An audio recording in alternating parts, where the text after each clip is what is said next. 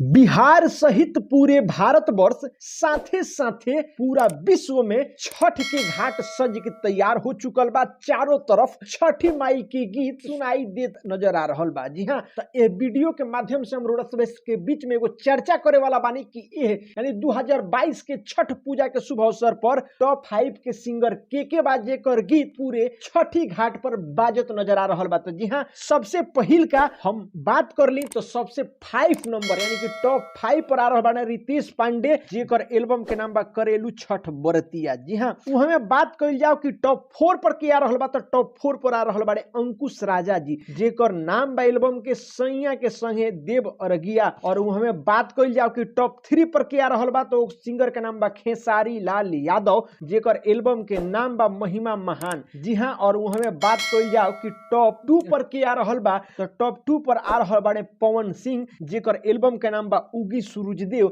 और हमें हमने के टॉप 1 पर बात कइल जाओ कि आखिरकार के आ रहल बा। तो टॉप 1 पर आ रहल बाड़े जेकर नाम बा पुनः खेसारी लाल यादव, जिनकर एल्बम के नाम बा नारियल, जौन की अभी तक ट्रेंड कर रहल बा। अभी तक ले काल तक टॉप 1 पर ट्रेंड करत रहल, लेकिन आज के समय में ट्रेंडिंग में नंबर 3 पर बा। जी हाँ, न्यूज खबर रोड के कैसा लागल कमेंट बॉक्स में प्राइस जरूर रखें। साथे साथे कमेंट बॉक्स में जय छठी मैया जरूर लिख के जाएं। और अगर अभी तक भोजपुरी स्पीड न्यूज के यूट्यूब चैनल के सब्सक्राइब नहीं किया तो सब्सक्राइब कर दिए, वीडियो के लाइक करिए और ढेर सारा शेयर कर दी। धन्यवाद। जय छठी मैया।